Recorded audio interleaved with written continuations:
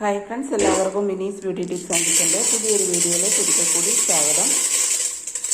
ഇന്ന് ഞാൻ വന്നിരിക്കുന്നത് എല്ലാ വീട്ടമ്മമാർക്കും വളരെയധികം യൂസ്ഫുൾ ആയിട്ടുള്ള ടിപ്സുമായിട്ടാണ്. ആ ടിപ്സ് എന്തൊക്കെയാണെന്നൊന്ന് നമുക്ക് വീഡിയോയിലേക്ക് പോയി നോക്കാം. അപ്പോൾ എന്നത്തെയും പോലെ നിങ്ങൾക്ക് ഈ ഒരു വീഡിയോ യൂസ്ഫുൾ ആണെന്ന് തോന്നുന്നുണ്ടെങ്കിൽ ഒന്ന് മറക്കാതെ സബ്സ്ക്രൈബ് ചെയ്ത് സപ്പോർട്ട് കൂടി ചെയ്തേക്കണേ. വീഡിയോ ഇഷ്ടപ്പെട്ടാൽ ഷെയർ ചെയ്യാനും ലൈക്ക് ചെയ്യാനും കമൻറ്റ് ചെയ്യാനും മറക്കരുത്.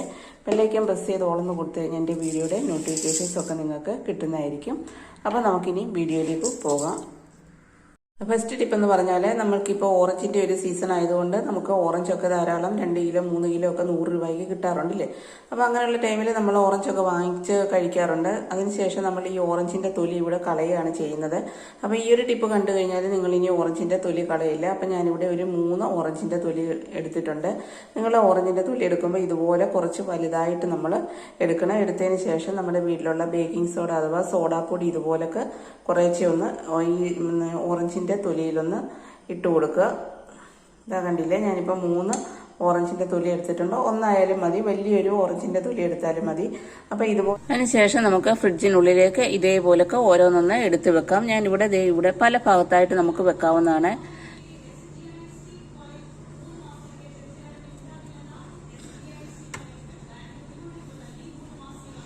അപ്പോൾ ഇതുപോലെ നിങ്ങൾ ഫ്രിഡ്ജിൻ്റെ 2-3 സൈഡിലായിട്ട് ഇതുപോലൊക്കെ ഒന്ന് വെച്ച് കൊടുത്തു കഴിഞ്ഞാൽ നമ്മൾ കറണ്ട് പോകുന്ന സമയത്തും അല്ലാതെയൊക്കെ ചില സമയത്ത് നമ്മുടെ ഫ്രിഡ്ജിനുള്ളിൽ നിന്ന് ചെറിയൊരു ബാഡ് സ്മെല്ല് വരാറുണ്ട്. അപ്പോൾ അത് പോകാൻ വേണ്ടിയിട്ട് നമുക്ക് ഈ ഒരു ടിപ്പ് യൂസ് ചെയ്യാവുന്നതാണ്.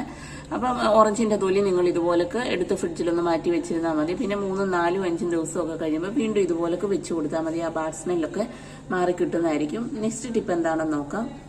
അടുത്ത ടിപ്പ് എന്ന് പറഞ്ഞത്, ഞാനിവിടെ കുറച്ച് കഞ്ഞിവെള്ളമാണ് എടുത്തിരിക്കുന്നത്. നമ്മൾ സാധാരണ ചോറൊക്കെ വെച്ചതിന് ശേഷം ഈ കഞ്ഞിവെള്ളം വെറുതെ കളയുകയാണ് ചെയ്യുന്നത്. അതിൽ നിന്നും കുറച്ച് കഞ്ഞിവെള്ളം ഞാനിവിടെ എടുത്തിട്ടുണ്ട്. ഇനി ഇതിലേക്ക് നമ്മൾ ചേർത്ത് കൊടുക്കുന്നത് 1/2 ടീസ്പൂൺ ബേക്കിംഗ് സോഡ അഥവാ സോഡാപ്പൊടിയാണ്.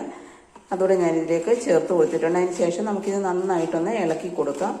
പിന്നെ നമ്മളിതിലേക്ക് ചേർത്ത് കൊടുക്കുന്ന ഒരു 2-3 ടീസ്പൂൺ വിനാഗിരിയാണ്. വൈറ്റ് വിനാഗിരിയാണ് ഞാനിവിടെ എടുത്തിരിക്കുന്നത്.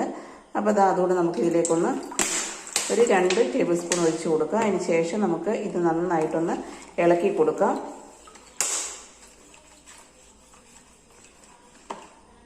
അപ്പോൾ ഞാനിവിടെ നന്നായിട്ടൊന്ന് ഇളക്കി കൊടുത്തിട്ടുണ്ട്. ഇനി ഇത് നമ്മൾ ഉപയോഗിക്കുന്നത്, ഞാനിവിടെ മീനൊക്കെ വെട്ടാൻ ഉപയോഗിക്കുന്നു. അതുപോലെ മീൻ വെട്ടിയിടുകയൊക്കെ ചെയ്യുന്ന ഒരു മീനിൻ്റെ ചട്ടിയാണ് എടുത്തിരിക്കുന്നത്. വേറൊരു ചട്ടി ഉണ്ട്, അതിൽ മീൻ ഇരിക്കുകയാണ്, അതുകൊണ്ടാണ് അത് എടുക്കാഞ്ഞത്. അപ്പോൾ ഇതുപോലെ മീൻ ചട്ടിയൊക്കെ നമ്മൾ മീനൊക്കെ വെട്ടി കഴിയതിന് ശേഷം നമുക്കൊരു ഉളുമ്പ് നാറ്റം ഉണ്ടാകാറുണ്ട് മീനില്ലേ. നമ്മൾ എന്തൊക്കെ ഇട്ട് കഴുകി കഴിഞ്ഞാലും നമുക്ക് ആ ഒരു ഉളുമ്പ് മാറ്റം മാറാനായിട്ട് നമ്മൾ ഇതുപോലൊക്കെ ഈ ഒരു മിശ്രിതം ഇതുപോലെ നമ്മുടെ ചട്ടിയിലൊക്കെ ഒന്ന് ഒഴിച്ച് ഒരു 5-10 മിനിറ്റ് ഒന്ന് വെച്ചതിന് ശേഷം നമ്മൾ കഴുകി കളഞ്ഞു കഴിഞ്ഞാൽ ആ ഒരു സ്മെല്ല് മാറിക്കിട്ടും. അതുപോലൊക്കെ തന്നെ നമ്മൾ ചിലരൊക്കെ ആണെങ്കിൽ ഫ്ലാറ്റിലൊക്കെ താമസിക്കുന്നവരാണെങ്കിൽ ചിലപ്പോൾ അവർ മീനൊക്കെ സിങ്കിനകത്ത് വെച്ചിട്ടായിരിക്കും വെട്ടുന്നത്. അപ്പം നമ്മൾ എന്തൊക്കെ ഇട്ട് ലോഷനൊക്കെ ഇട്ട് കഴിയാലും ഡിഷ് വാഷ് ഇട്ട് കഴിയാലും എങ്ങനെയൊക്കെ കഴിയാലും ശരി, നമ്മുടെ ആ ഒരു സ്മെല്ല് പോകത്തില്ല. അപ്പോൾ അത് പോകാൻ വേണ്ടിയിട്ട് നമ്മൾ ആ ഒരു സിങ്കിനകത്താണെങ്കിലും ഇതേപോലൊക്കെ ഈ ഒരു കഞ്ഞിവെള്ളം, ബേക്കിംഗ് സോഡ ആണെങ്കിൽ ഈ ഒരു അഴുക്കും ആ ഒരു സ്മെല്ലൊക്കെ ബേക്കിംഗ് സോഡയൊക്കെ വലിച്ചെടുക്കാനുള്ള ഒരു കഴിവുണ്ട്. വിനാഗിരി ആണെങ്കിൽ ക്ലീനിങ്ങിന് വളരെ നല്ലതാണ്. കഞ്ഞിവെള്ളം അതുപോലെ തന്നെയാണ്. ഇതുപോലെ നമ്മളൊന്ന് ഒഴിച്ചൊരു 10 മിനിറ്റ് വെച്ചതിന് ശേഷം നമുക്ക് കഴുകി കളയാവുന്നതാണ്. ആ ഒരു സ്മെല്ല് പോകുന്നതായിരിക്കും. അതേപോലെ തന്നെ നമ്മുടെ സ്റ്റീൽ പാത്രങ്ങൾ, സ്റ്റീലിൻ്റെ സ്പൂണ്, തവി ഇവയൊക്കെ നമുക്ക് ഒരു കഴുകാനും ഈ ഒരു മിശ്രിതം വളരെ നല്ലതാണ്. നല്ലൊരു തിളക്കമായിരിക്കും നമ്മൾ സ്റ്റീൽ പാത്രങ്ങളൊക്കെ ഇതുപോലെ ഇത് വെച്ചിട്ടൊന്ന് കഴുകി കഴിഞ്ഞാൽ. അപ്പോൾ നിങ്ങളെല്ലാവരും ഈ ഒരു ടിപ്പൊന്ന് ട്രൈ ചെയ്ത് നോക്കുക. അതുപോലൊക്കെ ബാലൻസ് ഉണ്ടെങ്കിൽ നമുക്ക് ഇതുപോലെ ഈ ഒരു സിങ്കിനകത്തേക്കൊന്ന് ഒഴിച്ചു കൊടുത്തു കഴിഞ്ഞാൽ അണുക്കളൊക്കെ നശിക്കാൻ വളരെയധികം നല്ലതാണ്. അപ്പോൾ ഈ ഒരു ടിപ്പ് നിങ്ങൾക്ക് വളരെ യൂസ്ഫുൾ ആയിരിക്കുമെന്ന് വിചാരിക്കുന്നു. ഇനി നെക്സ്റ്റ് ടിപ്പ് എന്താണെന്ന് നമുക്ക് നോക്കാം. നെക്സ്റ്റ് ടിപ്പ് എന്ന് പറഞ്ഞാൽ, നമ്മൾ ചോറ് വെക്കാനുള്ള ഒരു ഈസി ആയിട്ടുള്ള ഒരു വഴിയാണ് ഞാനിവിടെ ഷെയർ ചെയ്യുന്നത്. അതിനായിട്ട് നമുക്ക് ഇവിടെ ചോറ് വെക്കാൻ ഞാനിവിടെ ഒരു കലം വെച്ചിട്ടുണ്ട്. അതിലേക്ക് ഞാൻ ആവശ്യത്തിന് ഇവിടം വരെ വെള്ളം ഒഴിച്ചു കൊടുത്തിട്ടുണ്ട്. നമുക്കൊരു 10 മിനിറ്റ് കൊണ്ട് സമയം ലാഭം, ഗ്യാസ് ലാഭം, അതുപോലൊക്കെ തന്നെ പെട്ടെന്ന് നമുക്ക് ചോറൊക്കെ വെക്കണമെന്നുണ്ടെങ്കിൽ ഈ ഒരു ടിപ്പ് നിങ്ങൾ യൂസ് ചെയ്താൽ നിങ്ങൾക്ക് വളരെ യൂസ്ഫുൾ ആയിരിക്കും. അപ്പോൾ അതെങ്ങനെയാണെന്ന് നോക്കാം. അപ്പോൾ ഞാനിവിടെ കലം വെച്ചിട്ടുണ്ട്. അതിന് ആവശ്യത്തിനുള്ള വെള്ളം ഞാനിവിടെ എടുത്തിട്ടുണ്ട്. ഇനി നമുക്ക് ഇതിലേക്ക് ഇടാനുള്ള അരിയൊന്നെടുക്കാം. അപ്പോൾ ഞാനിവിടെ 2 ഗ്ലാസ് അരിയാണ് എടുത്തിരിക്കുന്നത്. ഇനി നമുക്കിത് നന്നായിട്ടൊന്ന് കഴുകിയെടുക്കാം. അപ്പോൾ ഞാൻ ഈ കഴുകിയ അരി നമുക്കിനി ഈ ഒരു വെള്ളത്തിലേക്കൊന്ന് ഇട്ട് കൊടുക്കാം.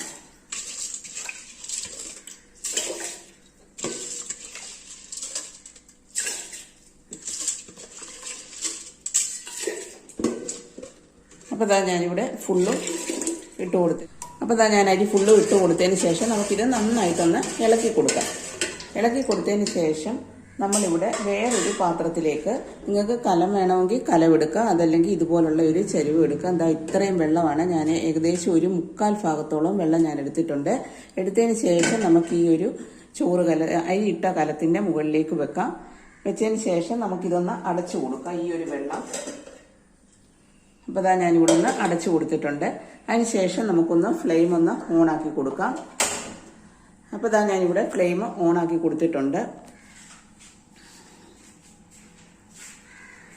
ഇനി നമുക്കിതൊന്ന് വേവുന്നിടം വരെ ഒന്ന് തിളച്ച് നല്ലപോലെ വരുന്നിടം വരെ നമുക്കൊന്ന് വെയിറ്റ് ചെയ്യാം. അപ്പോൾ നമ്മുടെ അരി ഇവിടെ നന്നായിട്ട് തിളച്ചിട്ടുണ്ട്. ഇനി നമ്മളിവിടെ മുകളിൽ അടച്ചു വെച്ചിരിക്കുന്ന ഈ വെള്ളം നമുക്കൊന്ന് എടുക്കാം.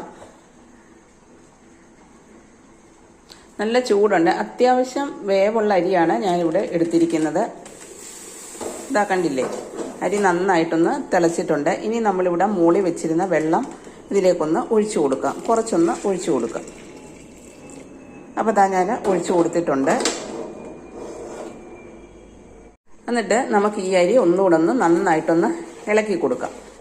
കണ്ടില്ലേ, ഇളക്കി കൊടുത്തതിന് ശേഷം നമ്മൾ ആ ചരുവത്തിൽ മൂളി വെച്ചിരുന്ന ആ ഒരു ചരുവം വീണ്ടും നമുക്ക് ബാക്കി വെള്ളത്തോടൊപ്പം തന്നെ ഇവിടേക്കൊന്ന് എടുത്തു വെക്കാം. നല്ലപോലെ നമ്മൾ അടച്ച് തന്നെ വെക്കണം. എങ്കിൽ മാത്രമേ ഈ വെള്ളം ഒന്ന് അത്യാവശ്യം ചൂടായിട്ടുണ്ട്, ഒന്നുകൂടെ ചൂടാവത്തുള്ളൂ. ഇനി നമുക്ക് ഈ അരി ഒന്നുകൂടെ തിളയ്ക്കുന്നിടം വരെ. അപ്പോൾ നമ്മൾ വെച്ചിട്ട് നമ്മുടെ ചോറ് തിളച്ചിട്ടുണ്ട്. കണ്ടില്ലേ, നമുക്ക് പെട്ടെന്ന് തിളച്ച് കിട്ടും. രണ്ടാമത്തെ പ്രാവശ്യം ഞാനൊന്ന് കാണിക്കാം. കണ്ടില്ലേ, നല്ല പോലെ ഒന്ന് തിളച്ച് വന്നിട്ടുണ്ട്. വീണ്ടും നമ്മൾ ആ വെള്ളം ഇതിൻ്റെ മുകളിലോട്ട് തന്നെ വെച്ചതിന് ശേഷം നമുക്കിതൊന്ന് അടച്ചു കൊടുക്കാം. അടച്ചു കൊടുത്തതിന് ശേഷം നമുക്ക് ഫ്ലെയിം ഒന്ന് ഓഫാക്കി കൊടുക്കാം. ഫ്ലെയിം ഓഫാക്കി കൊടുത്തതിന് ശേഷം നമുക്കിതിനി ഒരു 1/4 മണിക്കൂർ, ഏകദേശം ഒരു 30 മിനിറ്റ് വരെ നമുക്കൊന്ന് വെയിറ്റ് ചെയ്യാം. വെയിറ്റ് ചെയ്തതിന് ശേഷം നമുക്കിത് തുറന്നെടുക്കാം. അപ്പോൾ നമ്മൾ ഈ ചോറ് അടച്ചു വെച്ചിട്ട് ഇപ്പോൾ ഒരു 30 മിനിറ്റ് കഴിഞ്ഞിട്ടുണ്ട്. ഒരു 35 മിനിറ്റോളം ആയിട്ടുണ്ട്. നമുക്കിനി ഈ ഒരു വെള്ളം ചെറുതായിട്ട് നമ്മൾ അടച്ചു വെച്ച കാരണം ഇപ്പോഴും ആവി വരുന്നുണ്ട്. ഇത് നമുക്കൊന്ന് മാറ്റി വെക്കാം. മാറ്റി വെച്ചതിന് ശേഷം നമുക്ക് നമ്മുടെ ചോറൊന്ന് നോക്കാം. കണ്ടില്ലേ, നമ്മൾ ടൈറ്റായിട്ട് അടച്ചു വെച്ചത് കാരണം ചെറുതായിട്ട് ഇപ്പോഴും ആവി വന്നുകൊണ്ടിരിക്കുകയാണ്. കണ്ടില്ലേ, നമുക്കിനി ഇതൊന്ന് ഇളക്കി എടുത്തതിന് ശേഷം ഞാൻ ചോറൊന്ന് കാണിക്കാം.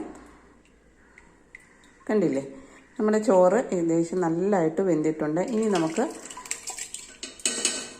ഇപ്പം തന്നെ ഇതിൽ നല്ല ചൂടുണ്ട്. അപ്പോൾ ഇനി നമുക്കിതൊന്ന് അടച്ച് വെച്ച് നല്ലപോലെ ഒന്ന് തിളപ്പിച്ചൂടെ എടുക്കാം. അടച്ച് വെച്ച് തന്നെ നിങ്ങൾ തിളപ്പിക്കണം. ഞാനിപ്പോൾ ഇവിടെ ഒരു അടുപ്പ് വെച്ചിട്ടുണ്ട്. അടുപ്പ് വെച്ചിട്ട് ഞാൻ ഇനി ഒന്ന് ഗ്യാസ് ഒന്ന് ഓണാക്കി കൊടുക്കുകയാണ്. ഫുള്ളായിട്ട് നമുക്ക് വെക്കണം. അപ്പോൾ പെട്ടെന്ന് ഈ ഒരു ചൂട് കാരണം നമുക്ക് തിളച്ച് കിട്ടും. അപ്പോൾ ഇനി ഒന്ന് തിളയ്ക്കുന്നിടം വരെ ഒന്ന് വെയിറ്റ് ചെയ്യാം. നമുക്ക് ഇതുപോലെ ചെയ്ത് കഴിഞ്ഞാൽ നമുക്ക് സമയം ലാഭം. ഒരു 10 മിനിറ്റ് കൊണ്ട് തന്നെ നമുക്ക് ചോറ് റെഡിയാവും. അതുപോലെ തന്നെ നമുക്ക് ടൈം ലാഭമാണ്. പെട്ടെന്ന് വേണമെങ്കിൽ നമുക്കിത് തയ്യാറാക്കാൻ, ചോറ് കൊണ്ടുപോകേണ്ടവർക്കൊക്കെ. അതുപോലെ ഗ്യാസ് ഒരുപാട് ലാഭം, വിറകടുപ്പ് വേണ്ട, റൈസ് കുക്കർ വേണ്ട, അങ്ങനെ ഒരുപാട് ബെനിഫിറ്റ് ഉള്ള ഒരു ടിപ്പാണിത്. ഇനി നമുക്കിതൊന്ന് തിളയ്ക്കുന്നിടം വരെ ഒന്ന്.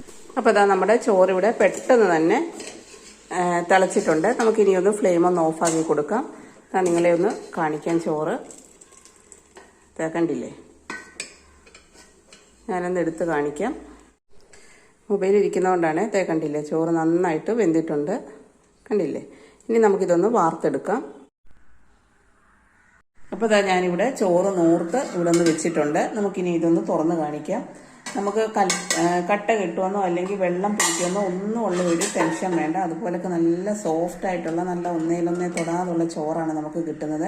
പിന്നെ നിങ്ങൾക്ക് വേണമെന്നുണ്ടെങ്കിൽ ചെറുതായിട്ട് നമുക്കൊന്ന് ഇത് ചൂടാക്കാം. നമ്മൾ സാധാരണ പണ്ട് ചോറൊക്കെ വാർത്ത് കഴിയുമ്പോൾ സ്റ്റൗവിൽ വെച്ചിട്ട് നമ്മൾ ചോറൊന്ന് ചൂടാക്കത്തില്ലേ, അങ്ങനെ വേണമെങ്കിൽ ഒന്ന് ചൂടാക്കാം. ഞാനിപ്പോൾ ചൂടാക്കിയില്ല, അല്ലാതെ തന്നെ ഞാൻ നിങ്ങളെ ഒന്ന് ഈ ചോറൊന്ന് കാണിക്കാം.